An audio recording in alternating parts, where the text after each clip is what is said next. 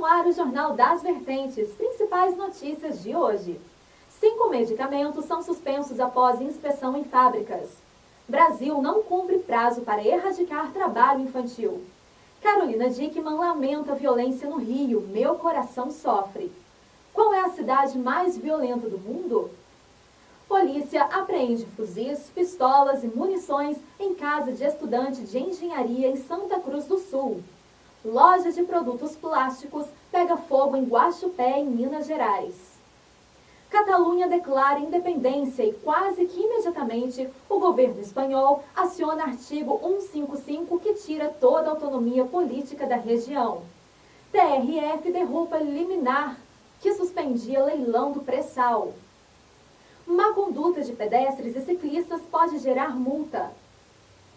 Conheça 5 projetos criados no sul de Minas que podem facilitar a vida nos próximos anos. Moradores da Coab 1 em Perdões reclamam por infestação de mandruvá na praça.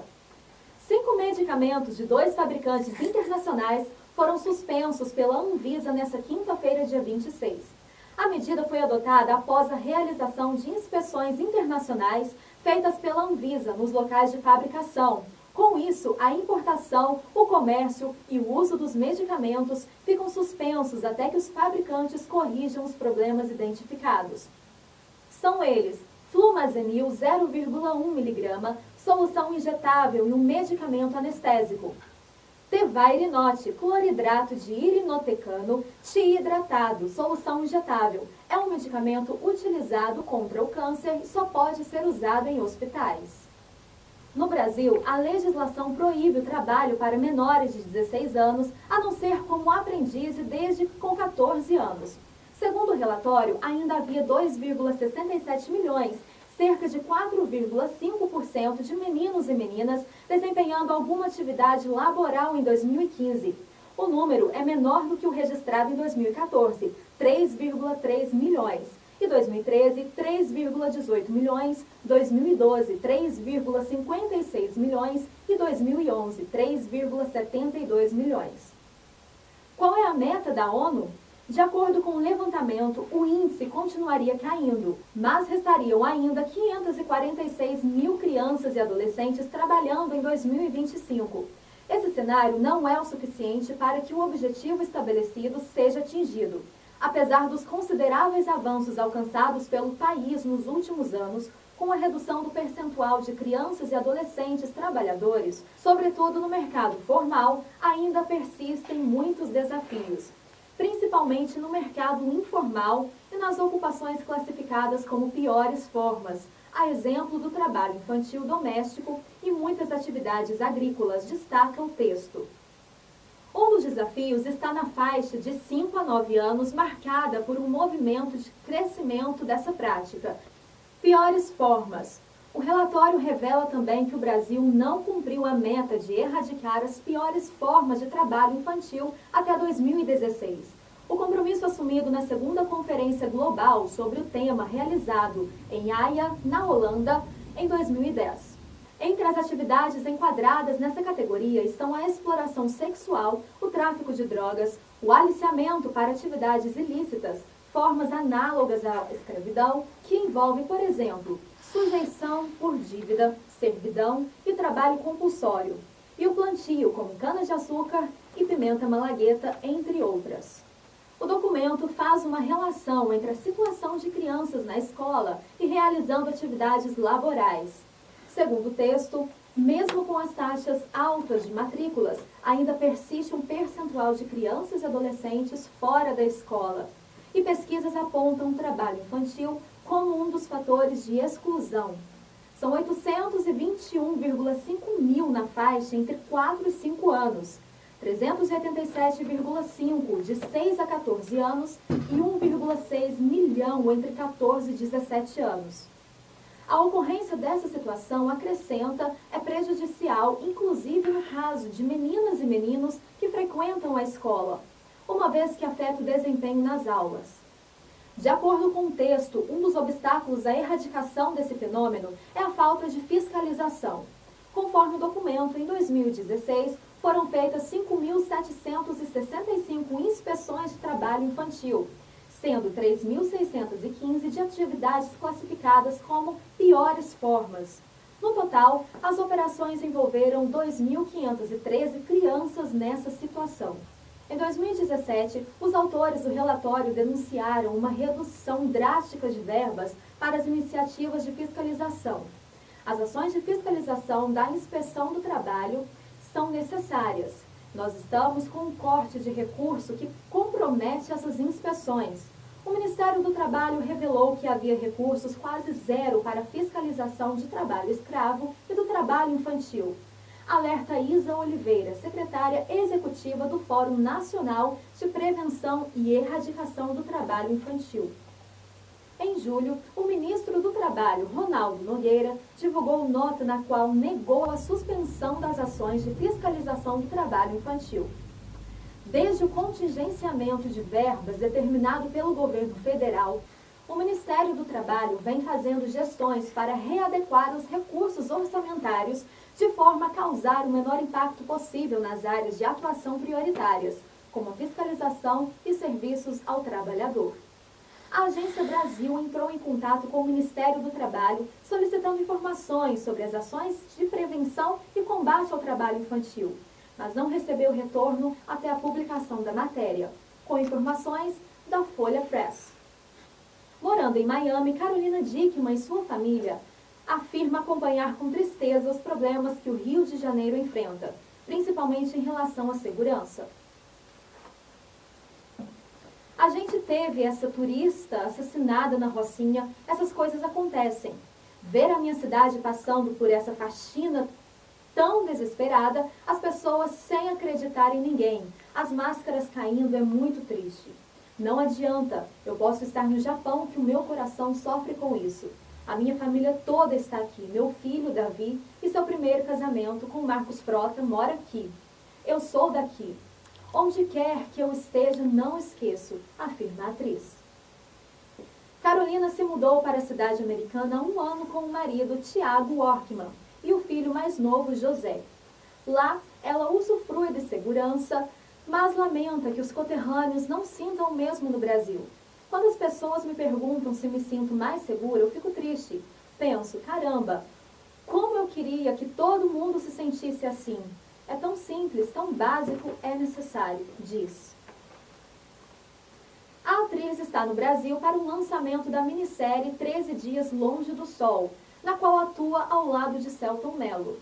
A cidade mais violenta do mundo hoje é Caracas, na Venezuela, país presidido por Nicolás Maduro. Com 130,35 homicídios por 100 mil habitantes, Caracas, na Venezuela, aparece no topo do ranking das mais violentas do mundo, seguida por Acapulco, no México, e San Pedro Sula, em Honduras. Segundo a ONG, a repetição da posição capital venezuelana por 2 anos seguidos confirma a crise criminal no país.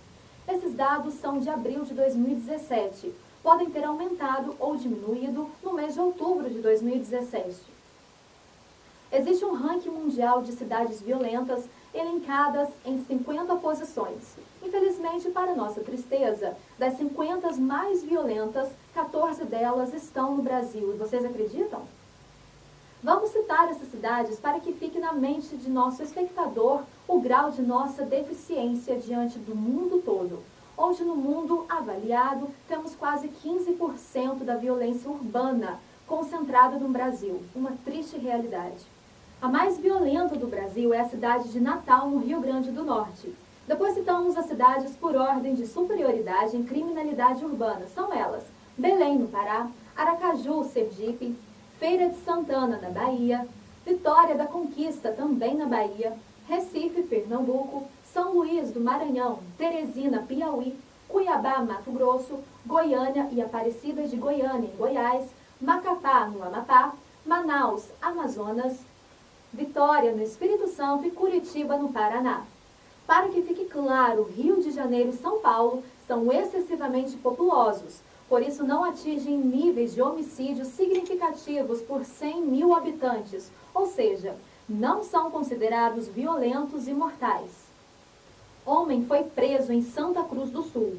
Foram localizados ao menos 15 fuzis russos, romenos e americanos, além de 22 pistolas no apartamento do estudante. Polícia Civil de Santa Cruz do Sul, no Vale do Rio Pardo, apreendeu dezenas de armas durante uma operação realizada na manhã desta sexta-feira, dia 27. O armamento estava no apartamento de um estudante de engenharia que foi preso durante a ação. As armas, conforme a polícia, são de uma facção criminosa que atua na cidade e que é investigada desde 2013. A partir daí, foi possível localizar o universitário de 26 anos que morava sozinho e não tinha antecedentes criminais. Esse indivíduo foi cooptado pela facção por ser uma pessoa insuspeita, frequentador do High Society, alta sociedade, estudante de engenharia da Unisc, Universidade de Santa Cruz do Sul, afirmou o delegado Luciano Menezes, que completa que o suspeito recebia dinheiro da facção criminosa para guardar o armamento. Conforme a polícia, o local foi estrategicamente escolhido, próximo da rodovia, para possibilitar que as armas entrassem e saíssem da região sem efetivamente passar pela cidade. Os vizinhos relataram intensa movimentação no local. Conforme o delegado, as armas estão avaliadas em 3 milhões de reais. A apreensão é digna de dar inveja para as apreensões feitas no Rio de Janeiro. Então, aqui é um retrato do poder da facção dentro de Santa Cruz do Sul, de Venâncio Aires, com uma incursão sendo iniciada no Vale do Taquari, em Lajeado, comparou. Depois de periciado, o armamento deve ser repassado à Polícia Civil. A quantidade de armas ainda é contabilizada, mas a soma já chega a mais de 15 fuzis de origem russa, romena e americana, além de 22 pistolas, carregadores e munições. Uma loja de produtos plásticos pegou fogo na tarde desta quinta-feira, dia 26, em Guaxupé, em Minas Gerais. Segundo a Polícia Militar, o proprietário da loja informou que percebeu uma nuvem de fumaça ao ativar o alarme para fechar a loja. Ainda de acordo com a polícia, ao abrir a porta do estabelecimento, em contato com o ar, as chamas começaram a tomar conta do local. O Corpo de Bombeiros precisou de cerca de 2 horas para controlar o fogo. Foram utilizados 20 mil litros de água no combate ao incêndio. Até a publicação, as causas do incêndio eram desconhecidas. Ninguém ficou ferido. Na Espanha, Catalunha declara independência. É acionado o tão temido artigo 155 da Constituição Espanhola. Ou seja, o que pode acontecer agora? É uma data histórica sem nenhuma sombra de dúvida. A Catalunha declarou sua independência, faz parte de uma das 17 regiões da Espanha. O parlamento votou hoje, tendo 70 votos favoráveis e 10 votos contrários à independência. O referendo feito no dia 1º de outubro foi declarado ilegal pelo governo da Espanha e pela Justiça Espanhola. Carmen Forcadell, presidente do Parlamento da Catalunha, foi quem anunciou o resultado da votação. O primeiro-ministro espanhol já disse que irá fazer valer o artigo 155 e irá restaurar o Estado legalidade na Catalunha. Resta saber quais os meios a serem utilizados para essa medida do artigo 155, sendo acompanhada com apreensão por toda a comunidade internacional, quanto ao uso de força extrema e os resultados dessa restauração. No momento, aguardamos mais notícias. Tribunal Regional Federal da Primeira Região derruba liminar que proibia o leilão da pré-sal. A expectativa do governo é arrecadar 7 bilhões de reais nas bacias de Campos, no Rio de Janeiro, e de Santos, em São Paulo. Má conduta de pedestres e ciclistas pode gerar multa. Uma resolução do Conselho Nacional de Trânsito, CONTRAN, publicado no Diário Oficial da União desta sexta-feira, dia 27, estabelece como devem ser os procedimentos para a aplicação de multas por infração de responsabilidade de pedestres e ciclistas.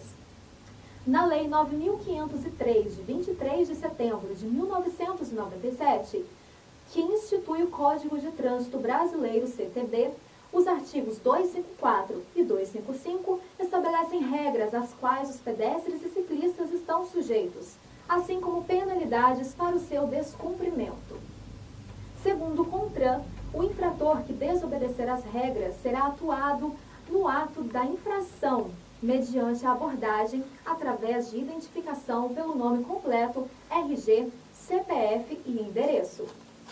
De acordo com a resolução, os órgãos e entidades do Sistema Nacional de Trânsito têm 6 meses para adequar os procedimentos e implementar o modelo para infrações de que caminha ou anda de bicicleta. Ainda de acordo com o CONTRAN, os valores das multas não foram estabelecidos. Seria interessante, desde já, ficar atento quanto à legislação, não é mesmo? Projetos criados no sul de Minas Gerais. Ideias foram desenvolvidas por alunos do Inatel em Santa Rita do Sapucaí e apresentados em feira tecnológica. Mais de 60 projetos foram apresentados nos primeiros dias da FETIM, Feira Tecnológica do Inatel, em Santa Rita do Sapucaí, que está na 36ª edição. Desde o início do ano, os alunos trabalham ideias baseadas em 17 metas da ONU, a Organização das Nações Unidas, entre os temas nas áreas de segurança, saúde, meio ambiente e cidades inteligentes. Conheça algumas ideias selecionadas pela TV Vertentes que prometem mudar a rotina das pessoas nos próximos anos. Primeiro, ficar de olho nas crianças. 3 alunos desenvolveram um sistema que promete diminuir os casos de sumiço de crianças ou até de esquecimento de bebês dentro do carro. Foi criada uma pulseira com preço mais acessível em relação a outras do mercado. Ela é colocada na criança e ligada a um aparelho sonoro. Os pais podem regular a distância que querem monitorar. Por exemplo, se os pais configuram para 10 metros, assim que a criança se afasta, o aparelho apita, explica Vander Fonseca da Silva Júnior. O melhor? Não precisa de sinal de internet. Funciona em lugares remotos e gasta pouca bateria. Grupo de Santa Rita do Sapucaí desenvolveu pulseiras de monitoramento inteligente. A população da nossa cidade continua preocupada com a infestação de mosquitos e pernilongos por toda a parte. Veja o depoimento de uma moradora. Tá demais. E esse ano a gente ainda não viu os caminhões de fumacinha passar, detetizar a cidade ali. Então com isso a gente tem medo de vir o quê? As doenças. A dengue, a zika. Então é isso que eu falo, que não dá pra dormir. Não tá dando pra dormir mesmo usando repelente. Então usando os produtos pra detetizar não tá dando pra dormir. Essa é a reclamação que eu faço. E a limpeza, né, dos poros? A limpeza, tem que ser feita a limpeza diária dos poros. Porque chuva tá pouca e fica esse ribeirão desse jeito aí, então não tem condições. O mau cheiro também é insuportável na volta do dia quando o sol esquenta. E deixamos claro o convite em aberto ao Alex da Dengue ou ao secretário da Saúde Municipal para esclarecer sobre esses problemas da nossa cidade. O Jornal das Vertentes fica por aqui. Até segunda-feira. Boa noite.